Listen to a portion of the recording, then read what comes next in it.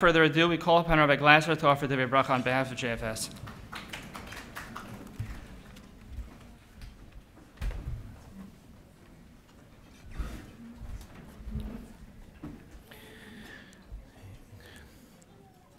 If I would have known that we could make a room like this look like this, I don't think I would have built a new building at the Young Israel. I think we could have just put in track lighting and charged $80 for a steak and called it a day.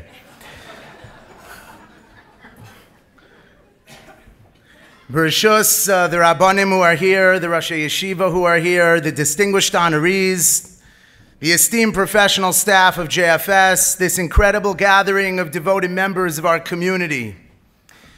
Standing here this morning in the picturesque atmosphere of downtown Passaic, coming together to help our fellow Jews arriving at this beautiful hall this morning, I passed the Passaic Police Department and I was remembered of an experience that I had shortly after I moved to the community.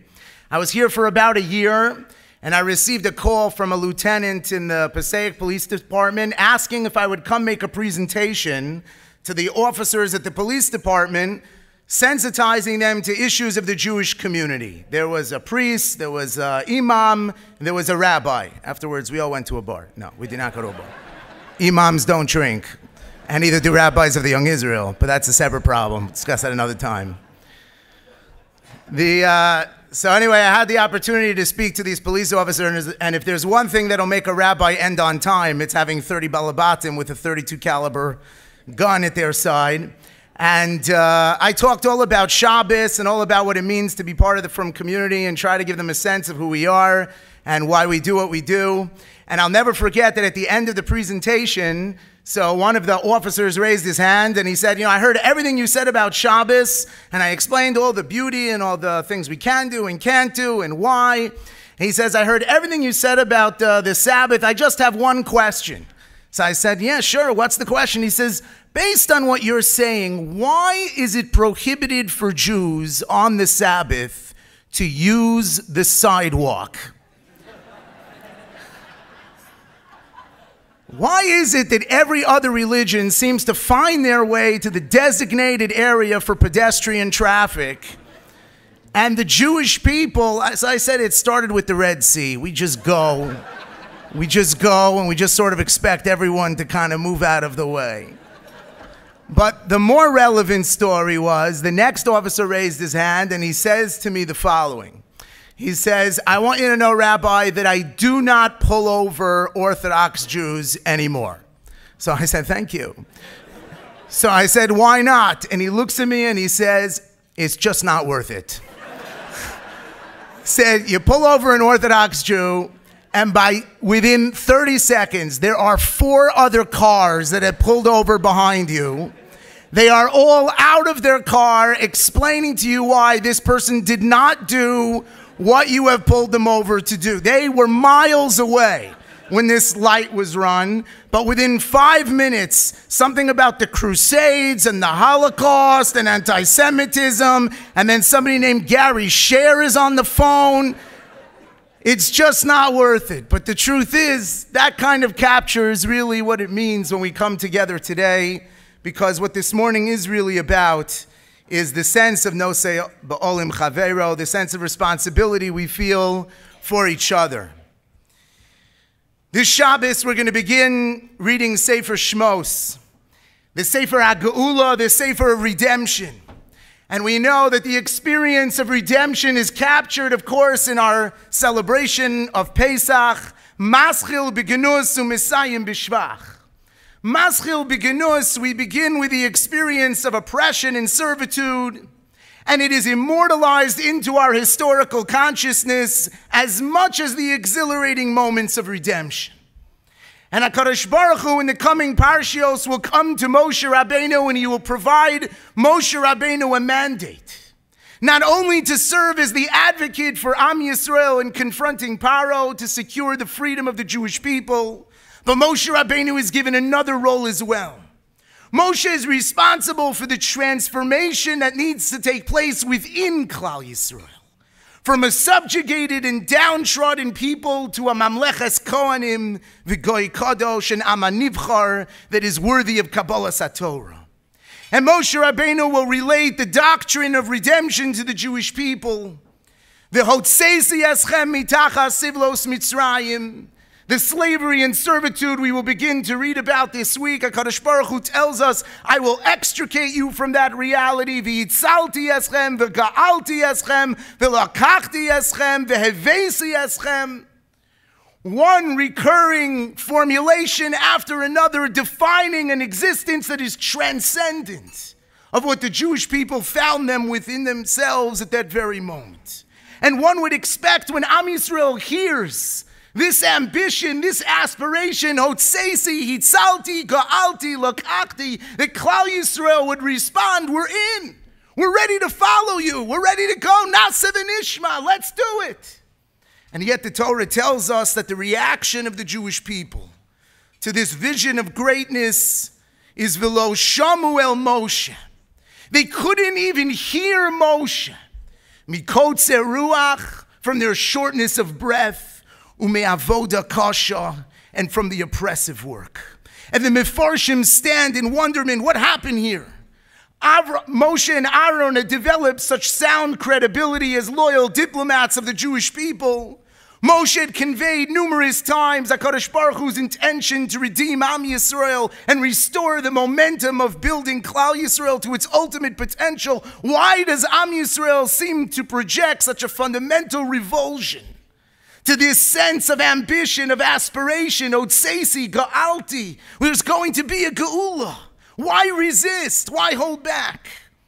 V'lo shamu el Moshe mikotze ruach u'me'avoda kasha. What is the kotze ruach and what is the avoda kasha? So Rashi and the Ramban explain that they both refer to a singular phenomenon, that the Jewish people had reached a breaking point, that their slavery had become so oppressive they could simply no longer tolerate the unfolding process of redemption.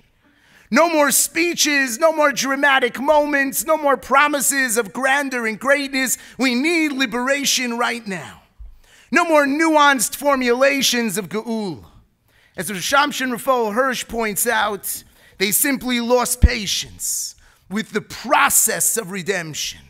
And on hearing the Lashonos of Geula, which only accentuated the incremental nature of their unfolding future. But the Meshech Chochmah has a different perspective.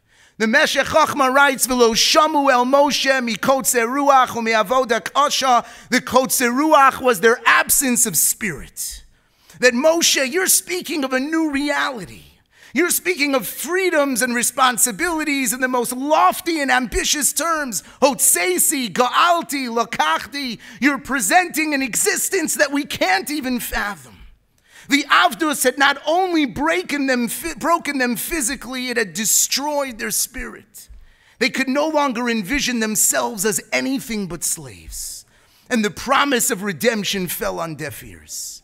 To think that one could become so overwhelmed by the vicissitudes of life, by the kotze ruach of the daily grind, that the mere promise of a greater existence cannot even penetrate one's consciousness.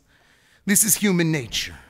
We become accustomed, we become habituated to our surroundings, to our lives, to that which we don't have, to our failures and our challenges, v'lo shamu el Moshe, and we begin to accept those circumstances with those words of failure. It is what it is. Our generation, despite all of its advances in so many areas, remains for so many people an experience of kotze ruach and avoda kasha. The avoda kasha for many, many who we care about, many who we love, some of whom I'm sure are in this room, comes from the myriad of emotional, financial, and familial challenges that form a personal Mitzrayim for so many people. And as a result of these challenges, a kotze ruach sets in, and an ability to perceive even a redeemed existence, a healthy and vibrant experience with serenity and joy that allows one to really live a moment of redemption.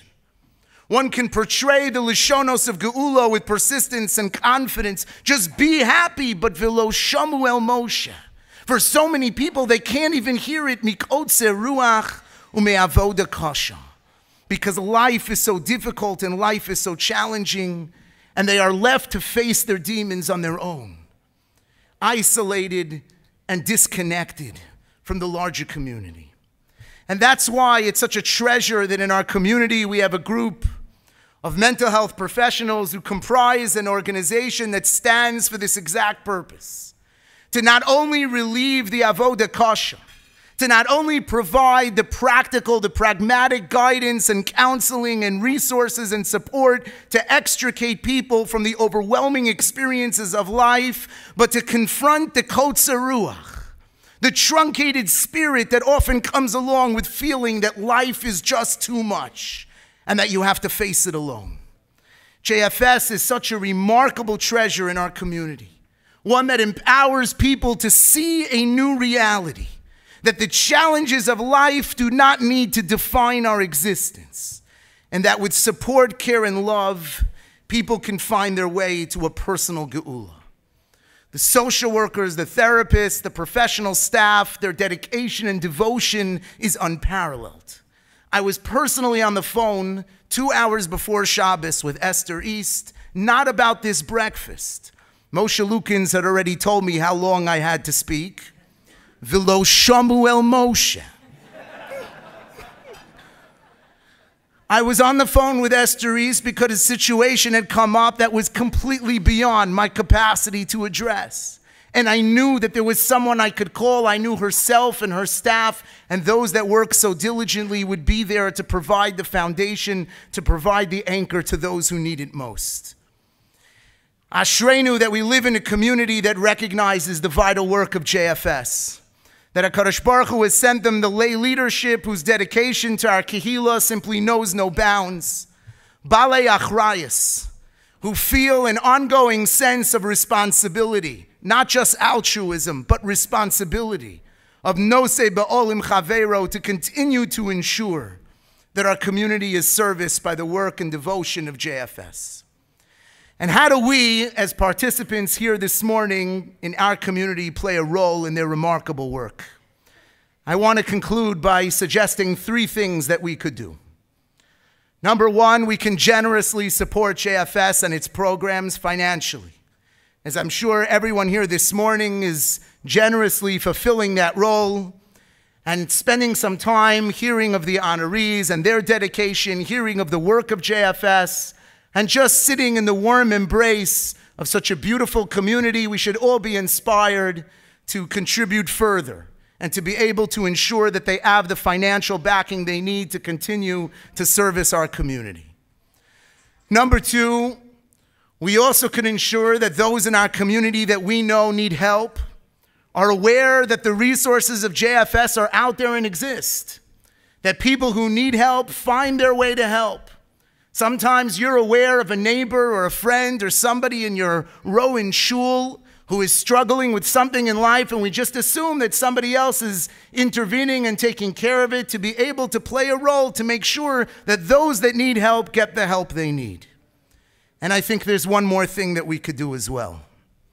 And that is that every single one of us in this room can play a role in dispelling the stigma that comes along with reaching out for help. That we can create an environment where going to JFS for help is no different than going to an ER for a broken arm. Where we can shape a communal environment that appreciates the pressures of life and that there is no shame in reaching out for help and support.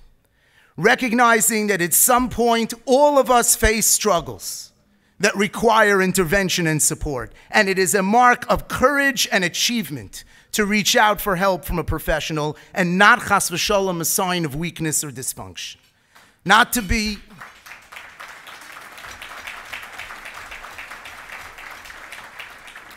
be so quick to assume that someone who struggles with an emotional challenge is compromised in the world of shidduchim, but rather often possesses the skills and nuance to navigate the challenges of life that we will all face in a deeper and a more profound manner. to try to embrace in our community a normalcy for reaching out for help in all sorts of problems that all of us face on an ongoing basis. We are so fortunate to have such a treasure in our community at the heart of our Kehillah. May HaKadosh Baruch Hu continue to bless JFS and all of its staff and all of its supporters for their noble work in bringing us all ultimately to a world of Geula, to a world of true redemption. B'mhei Rabbi Yameinu, Amen.